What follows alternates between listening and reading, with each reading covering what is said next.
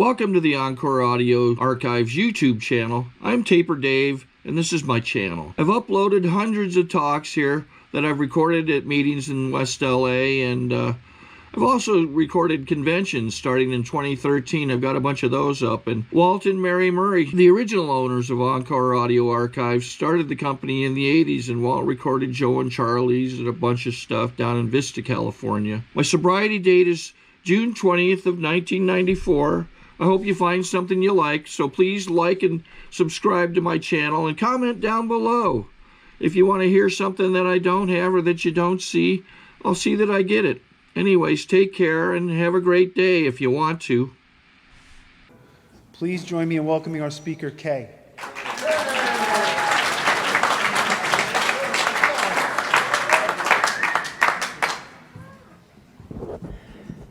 Hi, I'm Kaye, and I'm an alcoholic. Hi there. There are so many people in this room that I know over the years, and you know, it makes it easier, I think, when you're in West Covina and you don't know a soul, don't you think? Apparently not, but anyway, that's just my philosophy. I want to thank Tony for asking me to be here. I do have a lot of history with the people and this room. Who hasn't, who's been around here a while? I love Alcoholics Anonymous. You know, Eileen W. always makes fun of me. She goes, "Why do you go to those obscure meetings in the Valley?" And I said, you know, I live in the Valley. You know, and this morning, and I get the speakers for our Sunday morning meeting. And this morning we had patio.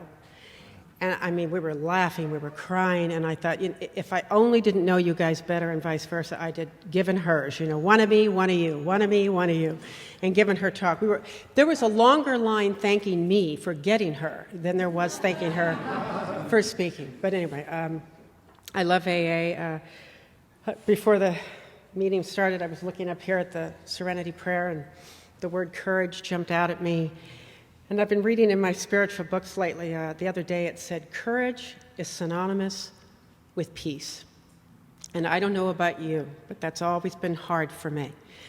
Also driving over here, I was listening to some vintage Alanis Morissette. And in one of her songs, she says, "I'm brave, but I'm chicken shit." And I thought, I know just what you mean. You know, I am not a courageous person. I have never been a courageous person. But over the years in Alcoholics Anonymous, doing what you asked me to do, it gives the impression that I am, but I'm not. And this morning also, we were watching on Turner Classic Movies, there was this old film. I think it was Judy Garland's first film. She was probably 13. It was called Pigskin Parade. Anyway, and she sang this song, 13 years old, she had it. She nailed it. Now, if you're new and you're wondering what this has to do with Alcoholics Anonymous, nothing really, but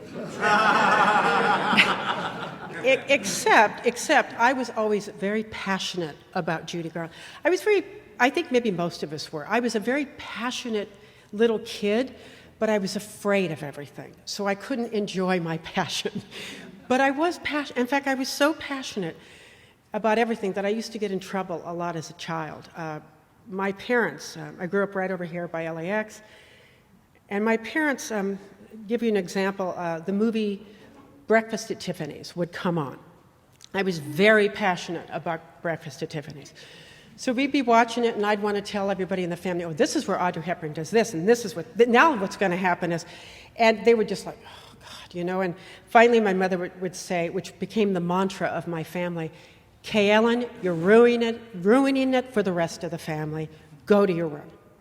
And that was it. And again, I was just passionate. And I used to do this thing, which actually a therapist recently told me, is called stimming. And it's very prevalent with people with autism. And it's where you kind of do something in front of your face and walk on your tiptoes and rock. And that's what I did. And so they would send me to my room, and I would do this and rock. And what I would do is and they say that when you do that, it gets rid of stress. And I would do that. And for hours, I would be in my room, and it's where I discovered my first drug of choice, which was fantasizing. And I got so good at it that I went into that room at about 6, and I didn't come out till I was about 16. And you know, if you were fantasizing, that's no exaggeration. I mean, that's where I lived and that's where I wanted to live. We took my brothers and my poor family. You know, I just was not a participant in anything. And my brothers, we recently took my aging parents up to San Francisco, and we were looking at old photographs, and I'm not in them. I'm just not in them. Until I'm about 16, 17, and I'm a lowrider at that point. And here are these three boys who are wonderful boys, wonderful men today, but in those days they were valedictorian and captain of the football team, and they had their big Westchester W's on their sweaters, and there's the lowrider on the edge of the couch, you know, and that disconnect was just there. And it was my life story, and remember how you wanted to be a part of things going on? I remember sitting in my bedroom on occasion in the midst of one of my fantasies, and looking, and the door was open just a crack, and I could see them sort of scurry by, and I thought, where are they going and what are they doing? It just was foreign to me. So when someone offered me a little joint when I was about 13, I mean, it was like, sure, absolutely. And, I got it, thank you. But anyway, I had gotten in trouble this one summer, and it was like 3 months long. And it was what they called privilege restriction. And what they considered were privileges were talking in the house, so I had to write on a tablet, couldn't watch TV, had to go to bed at 3 in the afternoon. And I know, because they told me, what that was about was to get me to change my behavior and join in. But it didn't work. And what I did is I went crazy. I had been a Girl Scout up to that point. I had a little ponytail. I loved my Girl Scout uniform. I loved it. I loved everything about it. And I had the little ponytail, and for some reason after that summer, I went crazy. And I cut off the ponytail, and I started ratting my hair up really, really high and spraying it. I mean, it was like out to here. And, you know, it was the 60s. You had 3 choices in those days. You could be like a hippie girl or a surfer chick or a lowrider from Torrance. And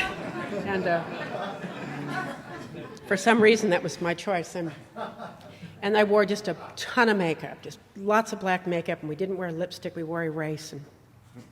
And I left the Girl Scout uniform, and instead my new uniform was this really short, tight red skirt with runs in my nylons and spots on my blouse, and just, anyway, so when I came back to school after that summer, I attracted a new group of friends. And they were the drug addicts of Westchester, and in particular was my boyfriend, who was the biggest pusher in Westchester, and his name was Terry. He was a great guy. He had a lot going on. I'll tell you, he was wonderful. And when I had about 5 years of sobriety, I ran into him in Culver City at a Bob's Big Boy, and it was over. I mean, he had nothing, you know. But anyway, at the time, he was very virile and I loved him, I thought, and so, you know, he wanted to smoke dope, and I thought, okay, and he had a lowered Oldsmobile car with a gold metal flake top, and I would sort of smash the hair down and get into the passenger side. And we had a hydraulic lift, and we'd go cruising down Manchester and Sepulveda, and it was great. I fit in. They didn't care that I was doing this. It was no big deal. They were in the world of their own, so no one was paying attention, and it was fantastic. I didn't drink, however, because I didn't like it. I had a dad who used to drink, and we all knew he was an alcoholic. I loved my dad, though. My dad was a playboy of the 50s and just a doll. And when I was little, he used to take me on visitation night. He'd take me over to the Melody Room bar by LAX, still there. I pass it every day on the way to work. And I remember sitting there with him, and I loved the lighting. I may have been 4 or 5 years old, but I knew this was good lighting. And my dad would be the most popular guy in the bar. Like, where's Chet? And that was my dad. And the reason I liked my dad is I knew he liked me. I was never very complicated. If you like me, I like you back. It's just not that's it. That's as involved as it gets. And I knew he did. Wasn't so sure about Mom, because Mom and the stepfather are sending me to my room for decades on end. But anyway, so now I'm a drug addict, and I'm doing the drug thing, but I'm not drinking. But then when I'm about 18, I went out with this one guy who told me very bluntly, he said, do me a favor. He said, can you impress my friends tonight at this party? It would really mean a lot to me. And I said, that's not something I can do. And he said, well, of course you can. He said, because you're so wired all the time with all the speed you take. He said, get drunk. Just get drunk. Can't you get drunk? And I said, no, I don't like it. I hate it. He goes, you hate it? I said, yeah, I hate it. So he yelled over to his friend Dave, and he goes, God, he said, Dave, give her something that she'll like. And Dave ran over very excited, and he had this little bottle of stuff called Right Time.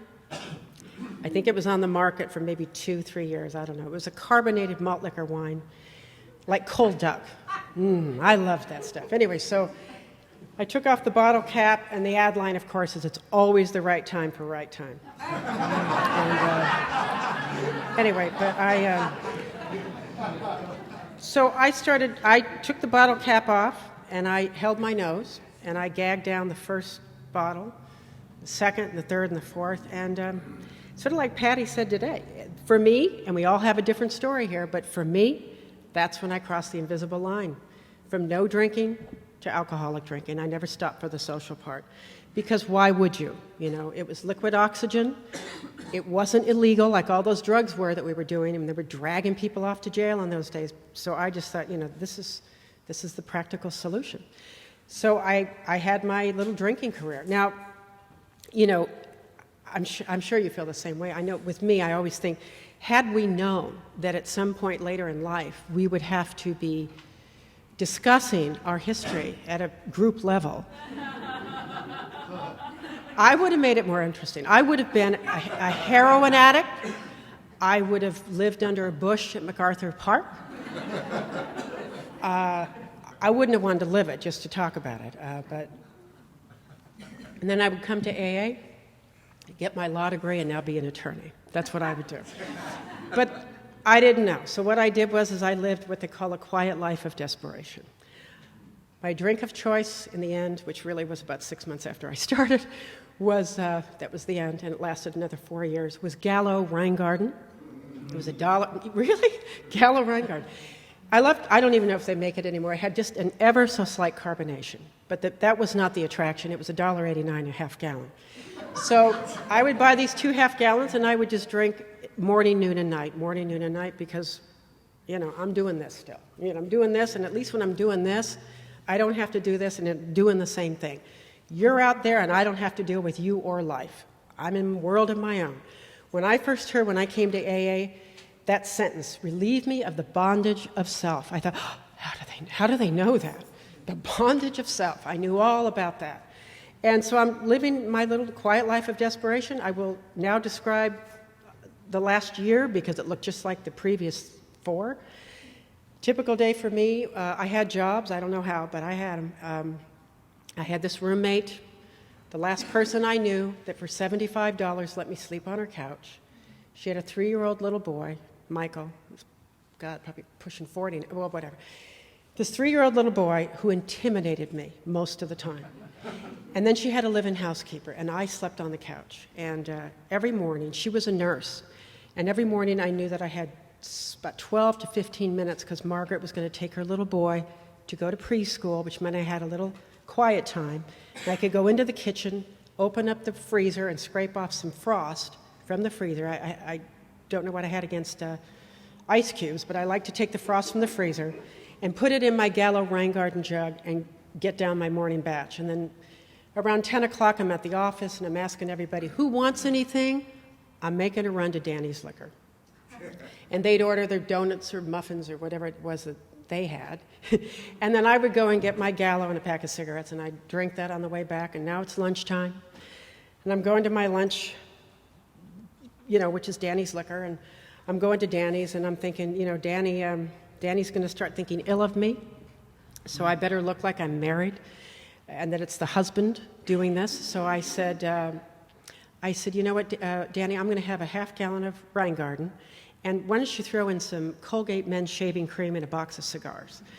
And he did. And you know, he looked at me a little less bad that day. And I thought, I got it. So I would take the shaving cream and I'd throw it out in the trash can and take the cigars and smoke those and then take my Gallo. And I thought I was getting away with it for the longest time until one day Danny nudged his buddy behind the counter and he goes, what are you going to do, Kaye? Take it and go under the Venice Pier? I was so hurt. And I thought, I'm never go to Venice, ever.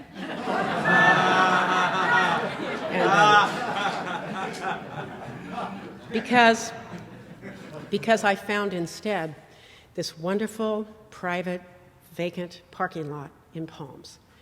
And I would go to that vacant parking lot in Palms, and I'd play my little Joni Mitchell cassette or whatever it was, and I'd drive in figure eights in the parking lot until I was done with my lunchtime bottle.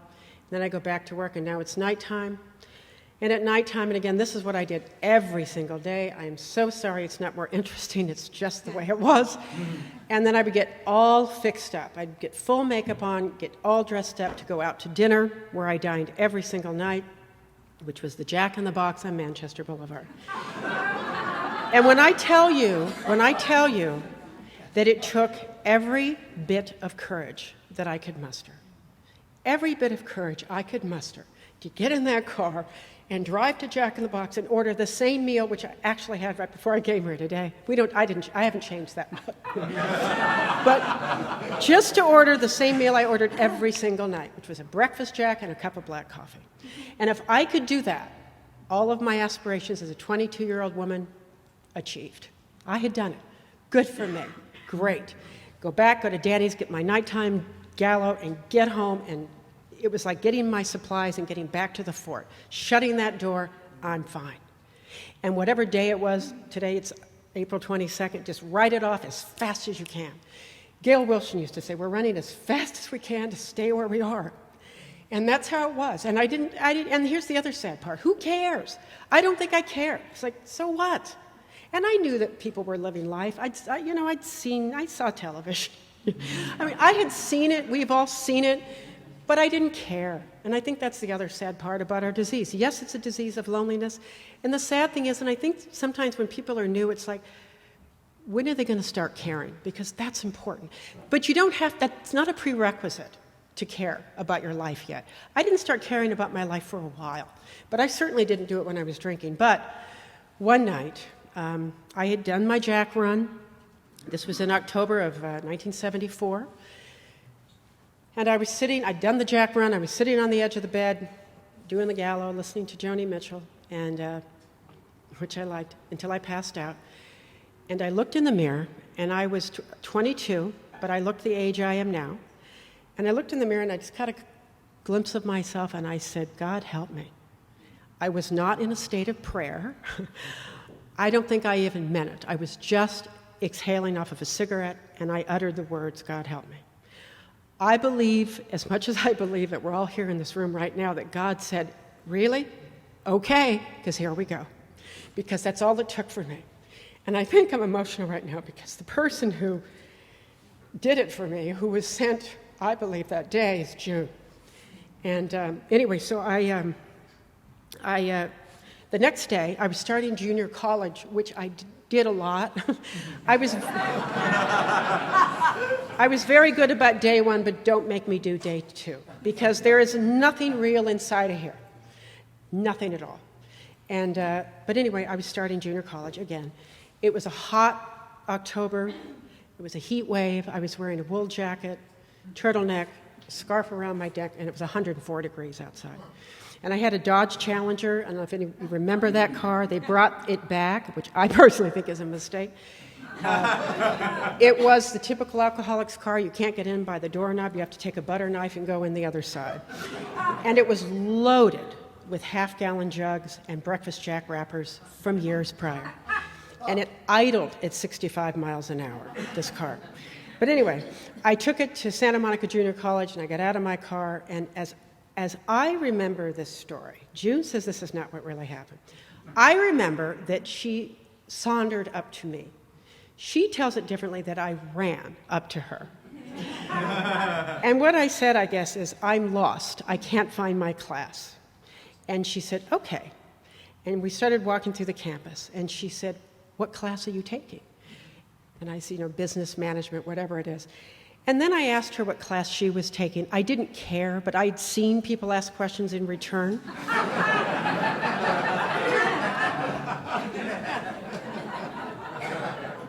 I'm telling you, everything was artificial with me, everything. But I said, and what class are you taking? She said, oh, I'm not taking a class. She said, I'm here tonight to give a lecture on alcoholism and drug abuse. I said, for it or against it?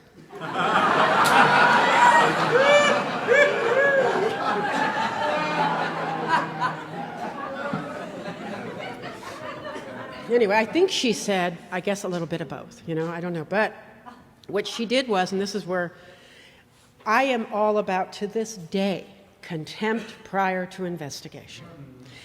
If I am given a choice, I don't want to do anything. I want to be at home right now watching Lifetime television for women, I'd be fine. If it weren't for Alcoholics Anonymous, I don't think I'd leave the house. But as I told you, my life was this small. But anyway, here's where God was already working, because she didn't say, here's my number. She took my number. And the next day, I'm sitting on the front lawn with a 3-year-old little boy in heavy debate over something. We're talking about something. And the phone rang, and it was June. And she said, are you sober right now? And I said, no. She said, well, are you sober enough to get in your car and meet me at the cocktail lounge at the Marriott LAX Hotel? And again, I don't say yes to anything. And I said, okay. And I got in that Dodge Challenger, and I went down to the Marriott Hotel, and we sat for hours in that cocktail lounge. And I identified. I was a little nervous that I was identifying, but I identified with everything that she talked about. But I said, I'm too young. I said, sounds good, but I can't be. I'm only 22. And June let me know that she was 15 years old, and she had 2 years clean and sober in Alcoholics Anonymous. So it kind of blew my, that excuse.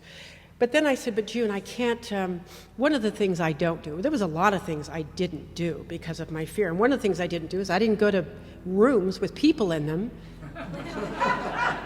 that were brightly lit. That wasn't going to happen. And she told me we would have to do that. I said, oh, God, I don't know about that. And she said, no, we're going to help you. Don't worry. And secretly, I was hoping for a little 10-milligram sedative on the way in, and it wasn't coming. Her idea of helping was she held on to my left wrist, and her friend Bob held on to the other. And that's kind of how I got through my first 2 years of sobriety. But I had a lot of anxiety. I had a therapist during that time. That whole time I was drinking, I had a therapist who on a daily basis would talk me off the ceiling because I was flipped out. I stopped doing everything. And you know how you have that list of things that are normal things like, oh, I don't know, go to the supermarket? I can't do that anymore, so I'd cross it off. And it was okay. How about going to movies with others? Nah, cross it off. Being in public? Nope. Just write down the list, human things that I had to cross off my list. So being in AA was exciting and terrifying. About that courage thing, if you're sitting here today and you're here and it's one of your first meetings, that's courage. None of us, this is not easy for any of us, I don't think, to get here and to come in these rooms, and I think it takes a boatload of courage. But I had people like June and Bob and all the people that she knew at my side, which we do have. And anyway, so we came in, and I loved AA, and I really loved AA because I loved that everybody knew her. In 1974, there were not a lot of people that were 15 with 2 years clean and sober, and so she was very well known in Alcoholics Anonymous. Chuck C., everybody who was anybody in AA knew her. So by hanging around her, it was fun. I was attracted. What I wasn't particularly attracted to was this, because that looked to me like labor-intensive homework assignments. And I wasn't going to do it. I wasn't going to do it, and I didn't. And what I did instead is I had a really nice, big Serenity Prayer necklace that I wore, and a great blue, bright blue Easy Does It sticker on the bumper of my car, and I thought, that's going to have to suffice because I'm not doing that. And I didn't do that. And I had one of the best teachers you could possibly have in Alcoholics Anonymous. There's a saying around here that when the student is ready, the teacher will appear, and not a second before. So I would be sober about 3 months, and then I didn't listen to that one part that says don't drink and use no matter what, and I'd be out with someone and I'd take a drink. And I'd come back the next day and raise my hand again, and then I'd put in another 3 months, and I'd do it again. And I did this for about a year. And I know that June was thinking, what am I going to do with this woman? And there was another thing going on in my life at that time, is I knew that I was gay. And in 1974, we had gay people, but I don't think it was so discussed. I just wasn't so discussed. So I thought, can you be sober and gay? I didn't think so. I didn't think you could. So I dated, and I had been one of those girls for a long time who managed to never put out and being drunk as can be, I never put out. It was always the promise of it might happen soon. There's a name for girls like that, and I was one of those.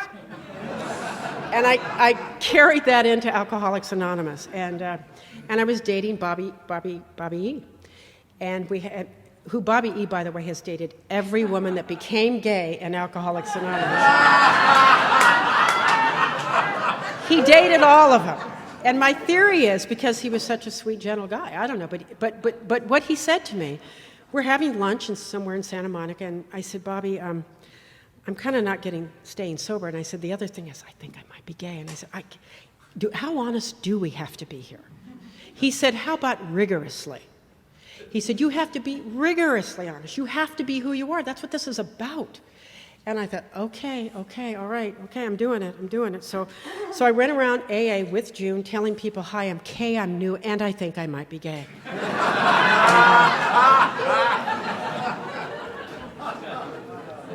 And no one cared. But you know who paved the way for us was Riley, who, as you know. Sorry to interrupt your viewing. Taper Dave here. Just wanted to take a second to ask you to like and subscribe to my channel. Let me know if you like what you're listening. I've got some very good talks here, and this one's a great one. Just curious, do you think this is better than Zoom? Tell me what you think. But Riley did a lot for us in those days. He really did. And it wasn't, well, whatever. So I'm hanging out with June, and June's looking for a boyfriend. And the last thing she wants is this person that might make her look like she's of that religion, and she wasn't. So she introduced me to Gail F. And Gail F. took me, actually it was her, that took me to this lesbian garage sale in the Valley. And I walked in, it was the most frightening group of women I've ever seen in my life, before or since. And they're all sober still today. And they were all standing there, and there was Dorothy H., and a woman named Mary R. and Lila R. And they were all standing there with mops and brooms in their hands, and they kind of looked at me and said, pick up a mop, get in here. And, you know, again, when the student is ready, the teacher appears. And I looked over, and there was a woman sitting across the room who, on sight, I did not care for. And on sight, she didn't care for me back. And her name was Jerry, and she had gotten sober at the Nest, and she was an ex-junkie. And she was just mean. And I looked at her and thought, I don't like her. And she looked at me and thought, that's that loser with the boring story with the figure eights in the parking lot. And so she talked to me because she had to, and she was, did you get drunk again? And I kind of smirked, and I said, yeah, I did. And she goes, oh. And then she goes, well, how did you feel out there? Well, I didn't know how I felt anywhere. I didn't know how I felt at all. Until I just didn't know. So I thought, well, I'd heard a lot of one-liners in AA, so I thought, throw that at her just to get her to shut up. So I said, well, I didn't feel a part of Jerry, and I certainly felt less than, and I just threw every one-liner I could think of. And she said, did you feel lonely at all, by any chance? And I knew I had felt that. And I started to cry, and it wasn't the kind of cry where it's pretty cry, it's ugly cry, where it's sobbing and snotty, and it's from the deepest part of you. And I just started to sob, and because she hit a chord. I had been lonely from the time I was doing this on the chair till then. And she goes, all right, Kaye, but this is what we're going to do. You're going to do it my way this time. And she goes, you don't drink and use no matter what. You have to be rigorously honest, and you're going to take commitments, and you're going to become a very active member in Alcoholics Anonymous. Now, June had been telling me that the whole time, but it wasn't sinking in. So now I don't feel that bad when some of my sponsees, don't get it, but I didn't get it. Until I got it. So I got involved in this program. What begins to happen, and they promise you this, and it's true, is this little teeny life begins to open up, and it gets really big. And boy, does it get big. And my life today, over the years, it just got bigger and bigger and bigger. I don't know what people do who don't have this. I don't know what they do out there, because it gets big. When I was new, I also heard this guy say from the podium, life is now in session, are you present? I thought, I hope that's not a requirement, because no, I'm not. And I wasn't, but I slowly became present under the damnedest things. In those days, we didn't have answer phones or cell phones, right? So you had to reach your sponsor, and for some reason, Jerry was there. And Jerry would say to me, I'd say, you know, when you're new, the biggest problem that I had at the time is maybe I wasn't invited to the party where the popular kids went, whoever they were, right? And I'd say, I wasn't invited. And I was devastated. And she goes, And she goes, all right, I want you to get dressed, and I want you to go over to 26 and Broadway, and you're going to wash cups. And I think, did she not hear what I said? I wasn't invited to the party. And she goes, get dressed, go over to 26 and Broadway, and start washing cups. And I'd go, and I'd be bitter, and I'm washing the little cups, and I'm doing what she told me to do, and I'm angry, and then I sort of noticed there's another bitter person standing next to me. Doing the same thing, and we're like, you know, I'm thinking you're unpopular, and they're thinking, yeah, so are you, you know. But we're doing something like that, and all of a sudden, I'm learning what I think my brothers were learning when they were 5 and 6 years old. I'm in my 20s, but I'm finally learning how to participate in life. You taught me, put one foot in front of the other, suit up and show up, and your life will change, and it began to happen. And then she had me working at central office and just a lot of commitment. Like I said, my life got big and I began to show up for it, but never have I shown up for anything without a whole lot of fear. It's just in my DNA. It's just in my DNA. And I got sort of married, if you can get married in AA. I was in a relationship and it was fantastic. And I learned from this woman everything that I know today in business. She was brilliant and she taught me a lot. And we were together a long time, and when it ended, I was devastated. And I was just devastated. And I think part of it was my identity was being this person's spouse. We'd been together 16 years. I mean, my name is Kaye, and I'm her spouse. It was really that involved. What saved me is that I had stayed close to AA always. And I was able to survive it. But one night, I called Riley, and I was very upset. And it's like 3 in the morning, and I'm sure he didn't appreciate the late call. And I said, Riley, what do I do? I said, I know intellectually that when God closes one door, he opens another, but what do you do when you're in the hallway? What do you do? And he said, you sweep the hallway. And he hung up. Now again, it was late. I'm sure he wanted to go back to bed, but what he said was very true. And what I did was I took it literally, and I got my little broom out and swept my little hallway. And then I knew he meant it figuratively as well. There's a lot of time in that hallway where you don't see that light at the end of the tunnel. And we have to trust each other, and you trust the fellowship. Because I didn't see any light at the end of that tunnel. And it was a rough couple of years. But I will tell you, and people promise you this, and I think, June, you promised, you will look back at this time and you will be grateful for it. And I remember saying once to Julie C., I said, Julie, am I ever going to feel carefree again, ever, in Alcoholics Anonymous? She said, yes. She goes, in fact, so much so, you'll look back at this, and she goes, you won't even remember the feelings you had right now. You won't even remember it. And it's true. We move on. And the lovely thing is, this person and I are friends today, because we forgive, and I don't know. What do you say? How can you talk about Alcoholics Anonymous and give it justice? I don't know how you can. I never could. But again, back to my life really quickly. I've only got about 5 more minutes. My life got really good, and this person that I knew, when I was new in sobriety, I got this job out of nowhere of designing record album covers. And I met this guy, and he was English, and he was like the most popular album cover designer that there was. And he met me and said, "You want to work for me?" And I said, "Sure." And in fact, one of our early clients was Linda R. Well, she's not an A. Linda Ronstadt. But let me tell you.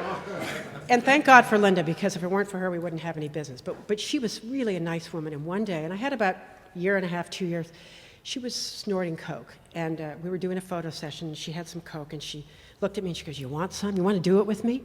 I wanted to do it. It wasn't that I wanted cocaine so much as I wanted to snort coke with Linda Ronstadt, you know what I mean? And I said, "You know, Linda, I can't. I'm in AA, and I know they'll consider this a slip." You know, I just know. So I didn't do it. And then about 4 years later, I was in a situation where she was there, and her assistant was really drunk. And Linda said, whatever her name was to the assistant, she goes, "You know, you need to talk to Kaye. She's a sober member of Alcoholics Anonymous."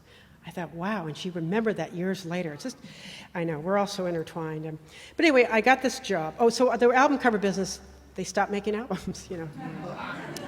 It was in 1980, I guess it was, and the woman that I was known said, you know, I've got this, I want to get this account. They're out in Hawthorne, and I want to land this account, and how's your album cover business going? I said, not good. And she said, well, could you come to work for me? And I said, 2 months. I'll give you 2 months, but that's it. And I just celebrated 31 years of being associated with this particular company. It's like AA. It's just been a big part of my life. And but anyway, I got this job and started working with this company. And anyone who knows me well knows that I have been always plotting my demise ever since it happened. What's that expression? A hero dies but once and a coward dies 1,000 times. And the same can be said about, I've been fired 1,000,000 times. But I will say this, about 3 or 4 years ago, they did actually try to lay me off. And what happened is my boss, he didn't try, he succeeded. He called me in and he said, Kaye, we're having a big layoff, we're going to cut costs, and we're going to cut you and your department. He said, so that's the bad news. So the good news, we're going to keep you around for 4 months, kind of pick your brain, and then we're going to let you go. And I was a little concerned because I knew the age group that I was in was very vulnerable, and I was a little scared. And I'm kind of the breadwinner of my family, and so I was scared. But again, what I've learned here in Alcoholics Anonymous by you is act better than you feel. Those little corny one-liners save my life every single day. I hate to be such a simpleton, but that's what saves my life. And I thought, act better than you feel, act better than you feel. And so I looked at my boss and I said very calmly, I will make this transition as successful as possible. Now inside, I'm scared. I'm thinking, you're so screwed. But I'm not acting that way. I'm acting better than I felt. I went home, I talked to my partner, who's not an AA. She went into the fetal position for about 48 hours. But anyway, but I did what you've taught me to do here. I got out. Now, I love the big book of Alcoholics Anonymous, but I'm a huge fan also of the 12 and 12. I love that book. And when I cracked it open, and I went right to step 7. And it was talking about humility. And I knew from every pore that I have, I knew that I have never done anything successful on this program without God. I never, ever, no question about it. So I thought, I didn't get this job. This was a gift. It's always been a gift. So what makes me get to decide when and how it's going to end? I don't get to decide that. So I went in the next day, and the head of HR said, we want to talk to you. He said, we looked and saw what your boss was trying to do. We don't agree. We're going to reverse the decision. Now, I'm not here to tell you that my higher power said, you know what, Kaye, that was some great praying last night. I'm going to reverse this for you. But what I do think it did is it helped me act like a worker among workers. And now you would think that would have cured me from not being terrorized all the time, but it didn't. And right before Christmas, I had this thought that I'm always waiting. I had this friend of mine recently who said, why are you always waiting for the next shoe to drop? Has it occurred to you that it's not dropping? And again, that's kind of my DNA, so I need this program to live, to breathe. But anyway, so they called me in yet again, and he said, we want to talk. Oh, his secretary calls, get up here right away. And I went upstairs, and I just know that they're going to lay me off because of my age. I just know, that's my mantra. You're firing me because of my age. And I thought I wanted to save him the dialogue, you know. But I went up there and he said, Kaye, because of your maturity, we're giving you a promotion. And he said, now it wasn't with any money. It was no money, but it was to be kind of back where I was when I started, which was a lot of responsibility, and it was nice. But I was looking back at my life. You know, I recently had a natal birthday, and you know, it's one of those. And I was complaining. I was complaining about it. I don't know about you, but I never thought I'd be 60. I never thought I'd be anything. But anyway, I was turning 60, and I'd gone to Hong Kong on a business trip, and I was in the restroom, and I looked at my watch and thought, damn, it's 12:15. I just turned 60. And I thought, no, you didn't. You weren't born in Asia. You kept 17 more hours. So don't worry about it. But then what I realized is I thought, and again, you know when you're thinking it, how petty it is. You know that. I mean, I knew it. I'm not an idiot, but the point is I was feeling that way. And then a few days before, actually, my birthday, my doctor found a lump, or that they called a mass, which they love using that word. Now, it ended up being absolutely nothing per MRI, and 4 tests later, nothing. But at the time, I was convinced that I was dying. And right about that moment in time, I could care less that I'm turning 60. I just want to turn it.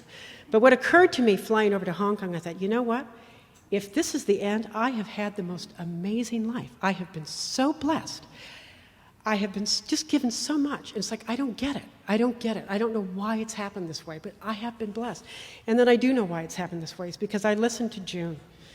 I listened to June. I listened to all of you. I listened to Carol. I listened to everybody in this room, like we all do, like we all have to. And again, how do you explain what Alcoholics Anonymous does? All I know is you promised me that I would, if I shut up and I sat down and I listened, I would have a life here. And I do have a life here today. I love Alcoholics Anonymous. Thank you for letting me be a part of it.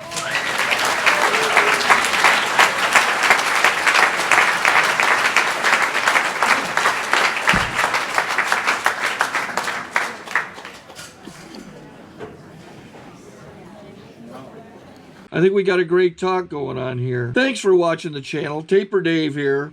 Just curious, do you think this is better than Zoom? Okay, this is how I prepare my drone for launching. I like to do it inside the cab of my truck so I'm not standing outside in the weather.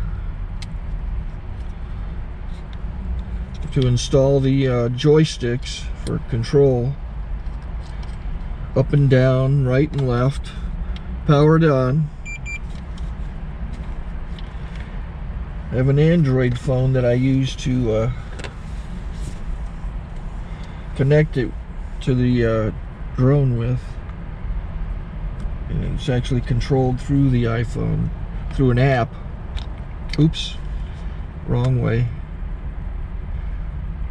It's actually controlled through the iPhone, or through this Android phone, through the app. It's actually controlled through the Android phone, through an app, and you connect it through this short connection right here.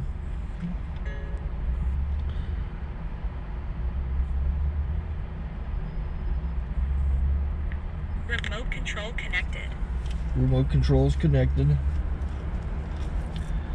So I pull out the drone. I have to extend the legs. Long legs extended first, then the short legs. Remove the gimbal protector. Set that aside, then power it on one short burst, then one long burst. I lay it down. So I have to go to calibrate. So the drone's not connected yet. It shows you here as this drone gets disconnected, even though the remote's powered on. So the drone has to establish it's connected. So I go into the app to calibration mode. First I'll calibrate the remote controller. Start calibration. Out, in, oop, out, in, up, down, and then this little wheel is to control the gimbal. So it's calibrated. Go to gimbal calibration, start calibration, and then it calibrates the gimbal. I don't know if that shows up. The gimbal's moving all over the place. Changes, you can see it on the video. And I'm calibrated to take off. It's acquired 7 satellites at the moment. There are 26 satellites up in the sky, which it has to acquire before you can take off. So it's connected. It's got enough satellites. This is white. I can go to press this little arrow button, swipe right to take off, and it would start the motors if I slid this to the right. But I'll wait till I get outside. Don't want to do it inside.